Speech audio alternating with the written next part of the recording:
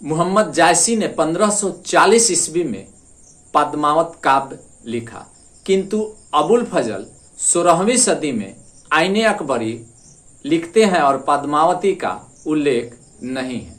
जियाउद्दीन वर्नी तारीखे फिरोज शाही में चित्तौड़ युद्ध का वर्णन है, पद्मावती का वर्णन नहीं है। नमस्कार।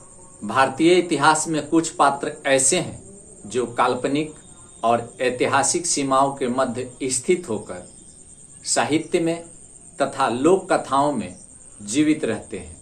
रानी पद्मावती या पद्मिनी का नाम भी इन्हीं में से एक है। वह चित्तौड़ की रानी थी जिनका नाम साहस, सौंदर्य और आत्म बलिदान के प्रतीक के रूप में प्रसिद्ध है।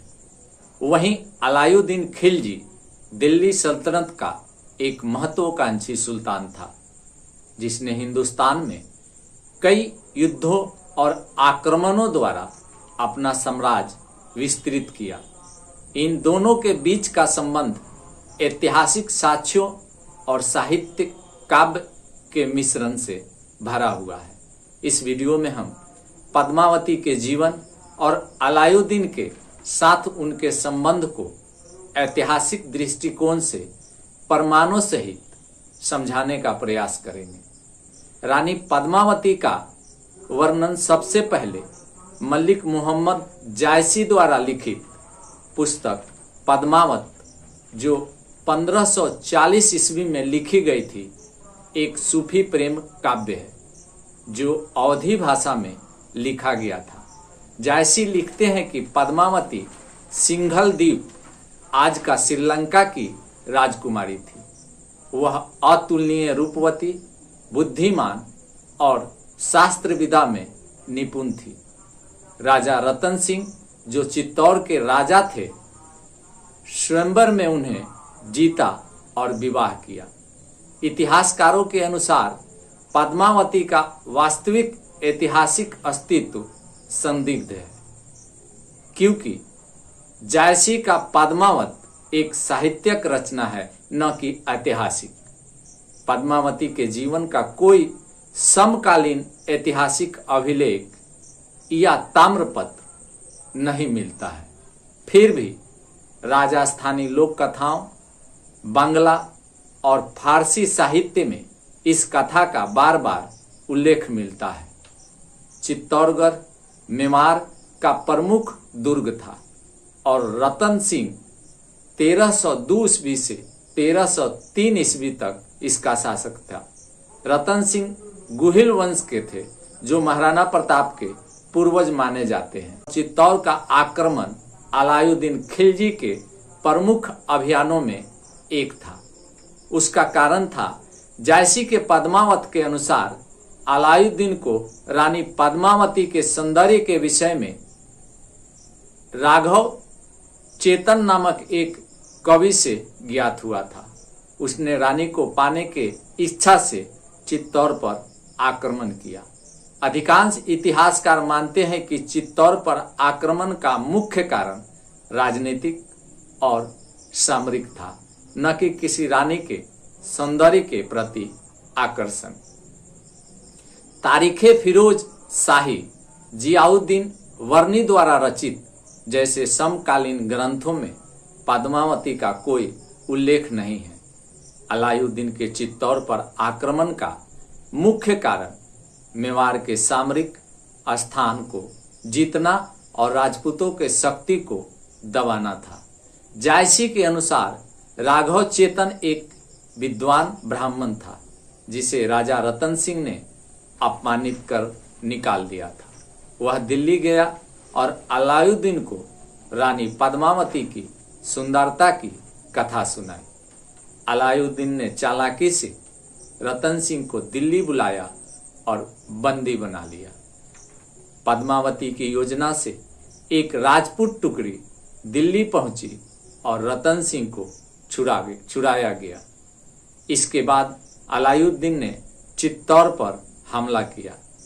जब किला गिर गया, रानी पद्मावती और अन्य राजपूत स्त्रियों ने जौहर किया, अर्थात अग्नि में आत्मदाह कर लिया। जौहर राजपूताना परंपरा थी जिसमें महिलाएं अपनी अस्मिता की रक्षा के लिए युद्ध के समय आत्मदाह कर लेती थी। रानी पद्मावती का जौहर इतिहास और लोकमानस में बलिदान, सम्मान और स्त्री शक्ति का प्रतीक बन गया। चित्तौड़ में स्थित जौहर कुंड को आज भी श्रद्धा से देखा जाता है। क्या पद्मावती ऐतिहासिक थी? इस प्रश्न पर इतिहासकारों के दो मत हैं। एक वर्ग मानता है कि पद्मावती केवल काव्य की कल्पना है। दूसरा वर्ग लोक परंपराओं और अन्य साहित्यिक स्रोतों के आधार पर उन्हें ऐतिहासिक पात्र मानता है। मोहम्मद जायसी ने 1540 ईस्वी में पद्मावत काव्य लिखा, किंतु अबुल फजल 16वीं सदी में आईने अकबरी लिखते हैं और पद्मावती का उल्लेख नहीं है। जियाउद्दीन वर्नी तारीखे फिरोज शाही में चित्तौड़ युद्ध का वर्णन है, पद्मावती का वर्णन नहीं है। फरिश्ता गुलशने इब्राहिमी बाद के काल में पद्मावती का उल्लेख है। राजस्थान की लोक कथाओं, पिंगल कवियों की रचनाएं और वल्लभ पद्मावती की गाथा को प्रमुखता से दिखाते हैं। कई इतिहासकारों जैसे रोमिला थापर, इरफान हबीब और सतीश चंद्र ने पद्मावती की कथा को ऐतिहासिक नहीं बल्कि साहित्यिक काव्य बताया है। उनका मानना है कि पद्मावती की कथा उस समय की राजपूत अस्मिता की भावनात्मक आवश्यकता को पूरा करने के लिए रची गई हो सकती है। रानी पद्मावती और अलाउद्दीन खिलजी की कथा भारतीय इतिहास और साहित्य के बीच की महीन रेखा पर खड़ी है। ऐतिहासिक दृष्टि से पद्मावती की वास्तविकता पर संशय बना हुआ है, किंतु भारतीय जनमानस में उनका स्थान एक देवी, एक वीरांगना और एक बलिदानी नारी के रूप में अस्थायी हो गया है। अलाउद्दीन खिलजी एक महान सेना नायक था जिसने भारत के इतिहास पर गहरा प्रभाव डाला, लेकिन पद्मावती के साथ उसका संबंध ऐतिहासिक से अधिक साहित्यिक प्रतीत होता है। आज भी चित्तौड़ का किला, जौहर कुंड और राजस्थान की लोक कथाएं रानी पद्मावती के साहस और गौरव की गाथा को जीवित रखे हुए हैं। मलिक मोहम्मद जायसी पद्मावत 1540 ईस्वी में लिखा है। जियाउद्दीन वर्नी तारीखे फिरोज शाही तथा अबुल फजल आईने अकबरी, इसके बाद फारसी इतिहासकार फरिश्ता गुलशने इब्राहिमी तथा सतीश चंद्र, मध्यकालीन भारत का इतिहास, Romila Thapar a historical reading of India इत्यादि ग्रंथों में रानी पद्मावती के जीवन, उनकी काल्पनिक होने तथा ऐतिहासिक होने का वर्णन मिलता है। अब आप पर निर्भर करता है कि आप रानी पद्मावती को ऐतिहासिक या फिर केवल एक काव्य की कल्पना मानते हैं।